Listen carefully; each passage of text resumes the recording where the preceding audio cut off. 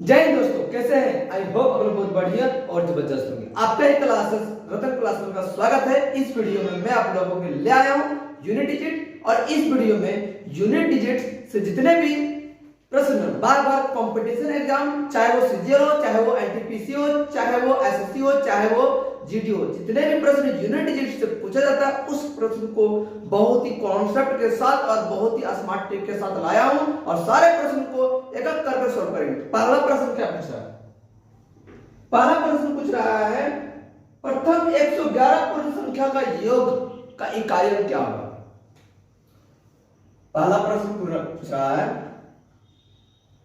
प्रथम 111 पूर्ण संख्या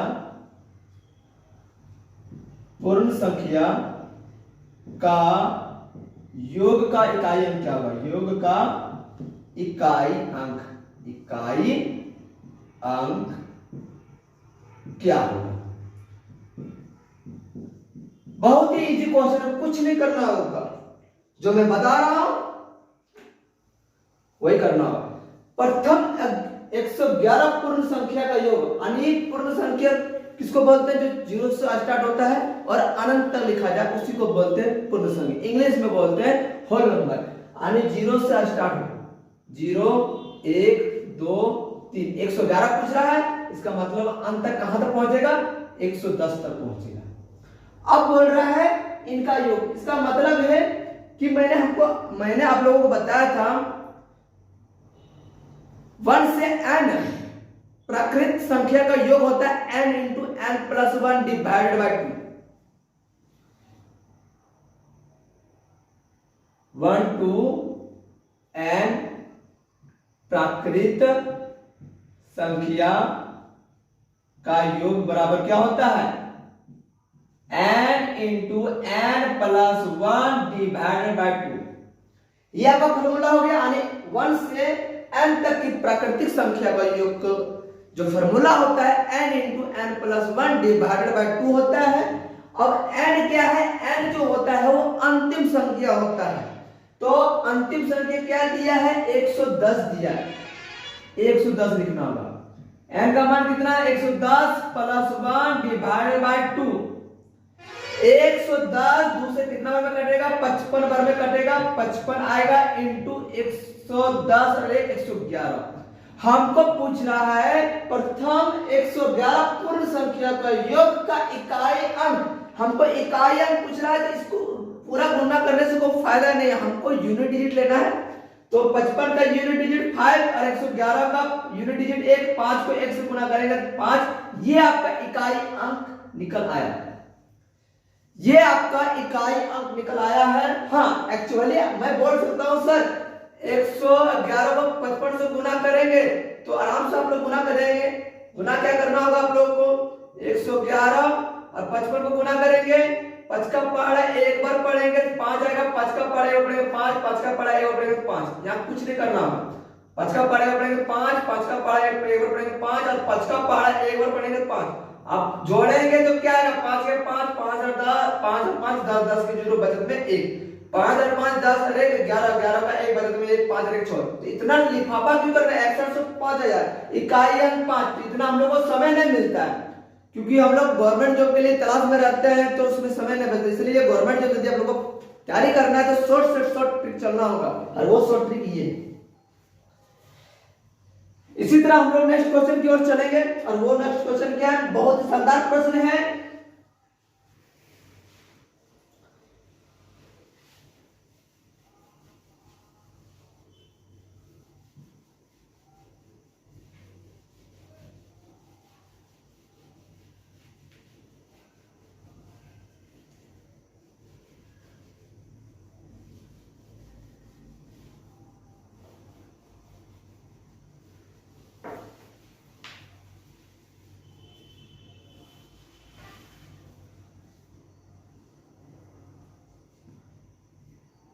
दूसरा प्रश्न है,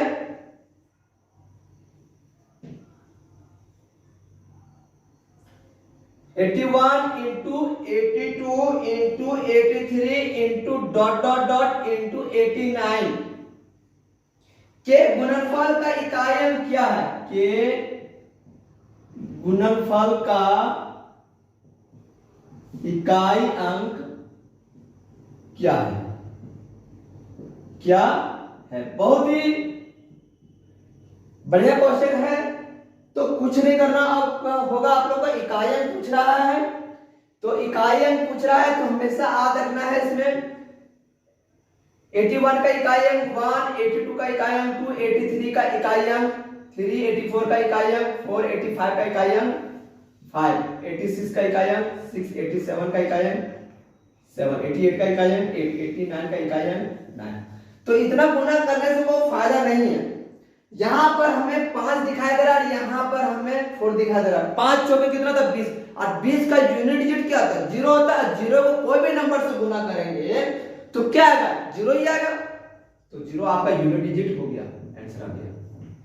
बहुत सारे बच्चे क्या करते हैं, इसको दुका पढ़ेंगे 2 आएगा, फिर दुका पढ़ेंगे 6 आएगा, फिर 6 का पढ़ेंगे 24 आएगा, फिर 24 का यूनिट डिजिट 4 लिखेगा, फिर गुना करेगा, फिर करेगा। तो इतना लंबा चौड़ा करना नहीं है, सिर्फ सिस्टम को समझना है। वो सिस्टम ये समझना है, 6 का पढ़ा 5 पढ़ेंगे तो 20 आएगा, 20 का यूनिट डिजिट 0 होता है और 0 को कोई भी नंबर से गुना करेगा तो 0 ही आएगा। चलिए ये भी क्वेश्चन कंप्लीट हो गया। अब हम तीसरा क्वेश्चन कर सकते हैं। बहुत ही शानदार प्रश्न है तीसरा भी, और ये प्रश्न जो होता है वो बार बार एग्जाम में देखने को मिलता है।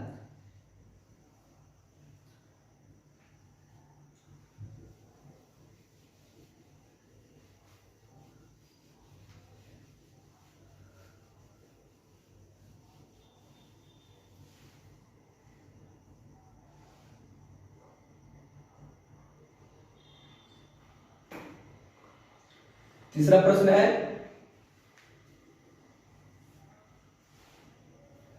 167 into 2183 into 497 into 839 into 235 into 111 into 1039 into 251 into 563 का इकाई अंक क्या होगा? इकाई अंक क्या होगा? तो इकाई अंक क्या होगा? तो बहुत सारे बच्चे इसको गुना करेगा, इसको गुना करना होगा। हमको यूनिट डिजिट पूछा है तो हमको यूनिट डिजिट लेकर चलना होगा, तभी हम लोग का जल्दी आंसर आएगा। सबसे पहली बात 167 का यूनिट डिजिट क्या लिखा जाएगा? 7 तो 7 लिखना है। 2183 का यूनिट डिजिट क्या लिखा जाएगा? 3 तो 3 लिखना है। 497 का यूनिट डिजिट क्या लिखा जाएगा? 7 लिखना है।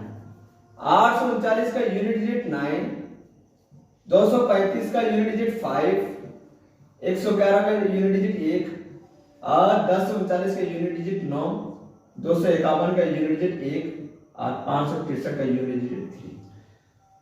7 का यूनिट डिजिट 1, 7 का पारा 9 पर पड़ेगा 63 का यूनिट डिजिट 3, 5 का पारा यहाँ पड़ेगा 5 आएगा और 9 का पारा यहाँ पड़ेगा 9 आएगा और 3 का 3, 1 का पारा 3 पड़ेगा 3 आएगा, 3 का पारा 5 पर पड़ेगा 15 आएगा, 15 का यूनिट डिजिट 5 और 9 का पारा 3 पड़ेगा 27 का यूनिट डिजिट 7 और 7 बजे 35 का यूनिट डिजिट 5। ये 5 जो है आपका इकाई अंक आ गया। ये 5 जो है ये आपका इकाई अंक आ गया और यही आपका करेक्ट आंसर है।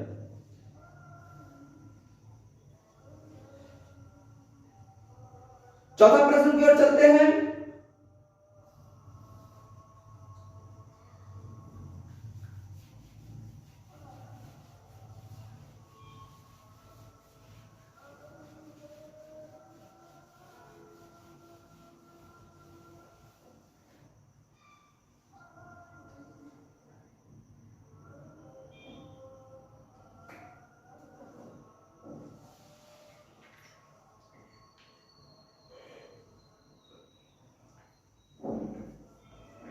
चौथा प्रश्न पूछ रहा है संख्या 30 पर घात 2928 2928 का सबसे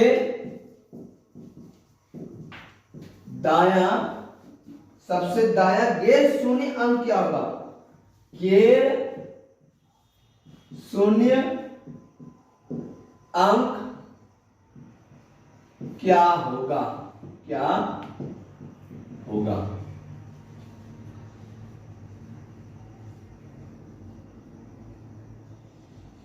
संख्या 30 पर घात 2928 का सबसे दाया गैर शून्य अंक क्या होगा? मतलब गैर शून्य अंक आने का मतलब है कि जीरो को छोड़ना है, जीरो को छोड़ना है। तो जीरो को छोड़ना है तो हमको किसका लेना है? 3 का लेना है। अब मैंने आप लोगों को बताया था किसी भी नंबर का इकाई अंक 2, 3, 7, 8 दिखाई दे और उस पर घात जो है वो 4 से बड़ा या 4 रहे तो 4 से डिवाइड करना है, और डिवाइड करने पर यदि शेषफल आपका कुछ आ रहा है तो उस शेषफल को आपको इकाई अंक के घात में लिखना होगा। अब यहां देख लेते हैं, 3 का 3 डालना है। अब यहां 2928 है तो 2928 को पूरा 4 से भाग देने की कोई जरूरत नहीं है। घात के अंतिम 2 अंक दिखाई देना है, 2 अंक देखना है। घात के अंतिम में 2 अंक देखना है और 2 अंक को 4 से भाग देना है। यदि रिमाइंडर आता है तो रिमाइंडर को घात में लिखेंगे इकाई अंक में, और यदि नहीं आता है यानी जिसका शेषफल 0 आता है, जिससे आप भाग दिए उसको घात में लिखेंगे। अब ये जो 28 है वो 4 से कट जा रहा है, शेषफल कितना आ रहा है? 0। जब शेषफल 0 आए तो जिससे आप भाग रहे हैं उसको घात में लिखेंगे। किससे भाग रहे हैं? 4 से दे रहे हैं तो 4। अब 3 को 4 में गुना करेंगे, 3 इंटू 3 इंटू 3 इंटू 3। 3 का पारा 3 बार 9 और 3 का पारा 3 बार 9, 9 9 81, 81 का unit digit 1। That is the perfect answer. हाँ, इसका आंसर जो होगा वो 1 होगा। क्या होगा? हाँ, 1 होगा। बिल्कुल सही बात है।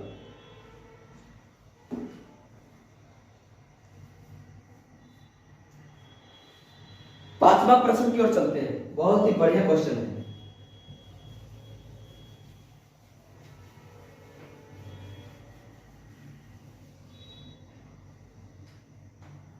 बहुत ही शानदार प्रश्न है बच्चों, शानदार प्रश्न है। और शानदार प्रश्न क्या है? बहुत ही बढ़िया क्वेश्चन है, देखना है।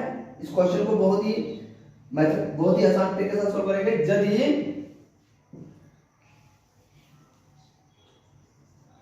3333 पर पावर n के इकाई अंक 7 है तो 7770 पर पावर n के इकाई अंक क्या होगा? n के इकाई अंक क्या होगा? बहुत ही बढ़िया प्रश्न है। तो यहां पर आप लोगों को कहने का मतलब है 3333 पर पावर n दिया है और इनका जो इकाई अंक दे रखा है वो 7 दे रखा है। यानी इकाई अंक कितना दिया है? 7। इसका मतलब है कि हमको क्या पूछ रहा है? इकाई अंक 7 दिया है। इसका मतलब है 3 पर पावर क्या रखेंगे जो इकाई अंक 7 दे देगा, यानी 3 पर पावर 3 रखेंगे तभी हमको इकाई अंक 7 देगा। हाँ सर, 7 तो देगा। तो इसका मतलब है कि यहाँ n का मान कितना है? n का मान कितना रखा ताकि इकाई अंक 7 निकल आया।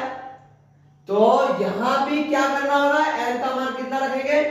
यहां पर 7 7 7 7 पर पावर 3 रखेंगे तो इकाई अंक क्या देगा? 7 को 3 से गुना करेंगे, यानी 7 इंटू 7 इंटू 7, 7 इंटू 7 इंटू 7, 7 7 49, 49 का इकाई अंक 9 इंटू 7, 7 9 63, 63 का इकाई अंक 3। इसका मतलब है कि आपका जो इकाई अंक आएगा यानी इसका जो इकाई अंक होगा 7777 पर पावर n का जो इकाई अंक होगा वो 3 होगा। क्या होगा? 3 होगा। हाँ सर 3 तो होगा। समझ में आ रहा बात को? हाँ।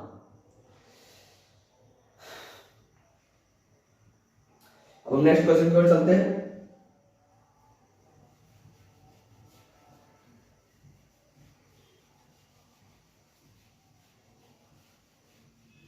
छठा प्रश्न है। छठा प्रश्न में क्या पूछ रहा है? छठा प्रश्न पूछ रहा है यदि 433 इंटू 456 इंटू 43 एन का इकाई अंक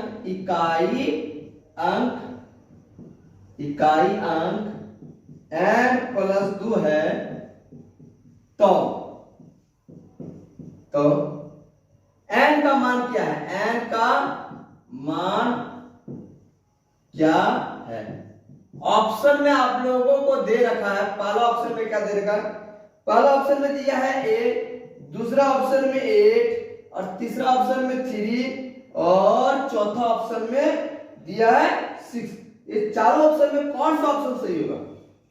तो यहां पर आप लोगों को 433 का यूनिट डिजिट 433 का यूनिट डिजिट कितना होता है? 3 होता है। मल्टीपल 456 का यूनिट डिजिट 6 और या 43 n भी दिया है तो इसका यूनिट डिजिट n और ये किसके इक्वल में? ये n प्लस 2 के इक्वल में है। अब 3 का पढ़ा 6 बार पढ़ेंगे कितना होता है? 18 का unit digit 8 into n is equal to n plus 2। अब कहने का मतलब है कि इसमें कौन सा नंबर होगा जो n का मान होगा? यदि n में 1 पुट करते हैं तो इकाई कितना था? 8। इसमें n में 1 पुट करेंगे तो इकाई अंक 3। क्या ये दोनों बराबर है? नहीं, तो 1 तो होगा नहीं। यदि हम 8 की बात करें, यहाँ 8 है, n पर 8 लिखेंगे तो 8 बटे 64, 64 का इकाई अंक कितना था? 4, तो 4।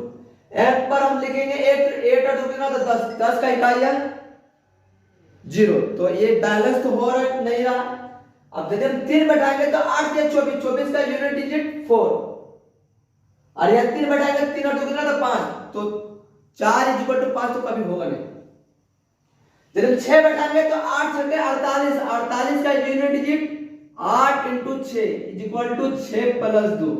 8 छके 48, 48 का यूनिट डिजिट 8 और 6 और 2 8। इसका मतलब दोनों बैलेंस हो गया। आपका जो राइट आंसर होगा वो डी होगा। क्या होगा? डी होगा। तो इस तरह क्वेश्चन आप लोगों को देगा और घुमाने का बहुत प्रयास करेगा, लेकिन घूमना नहीं है। जो क्वेश्चन जो देगा उसको घुमाना है।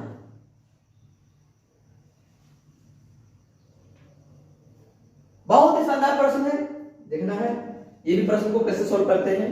बहुत बढ़िया तरीका है और ऐसा मेथड आप लोग कहीं भी नहीं मिलेगा। आप लोग यदि गवर्नमेंट जॉब में निकालना चाहते हैं तो इस वीडियो को शुरू से अंत तक देखें। मुझे आशा है यह वीडियो आप लोगों के लिए कंपटीशन लेवल में बढ़िया से बढ़िया मार्क्स दिलवाएगा। नेक्स्ट क्वेश्चन मैं दे रहा हूं दोस्तों। नेक्स्ट क्वेश्चन में आप लोगों को बहुत ही बढ़िया क्वेश्चन दे रहा हूं। यदि इस क्वेश्चन को पता होगा तो आप लोग कमेंट बॉक्स में मैसेज करना है ताकि उस मैसेज को मैं रिप्लाई दूं। और वो प्रश्न क्या है? बहुत ही बढ़िया प्रश्न है। वो प्रश्न क्या है बच्चों? प्रश्न पूछा बहुत ही बढ़िया प्रश्न है।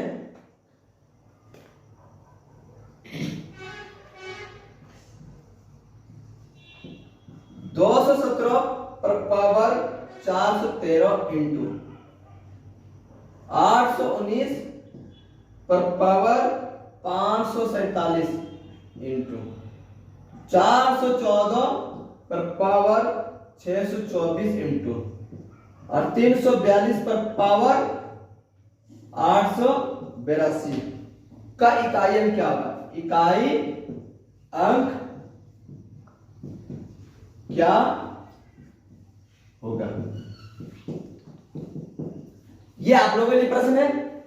तो वीडियो यही समाप्त होता है। यदि वीडियो पसंद आया है तो लाइक एंड सब्सक्राइब जरूर करें और जितना जल्दी है वीडियो शेयर करें। तब तक आप लोग और बढ़िया से पढ़े। जय हिंद, जय भारत, जय झारखंड।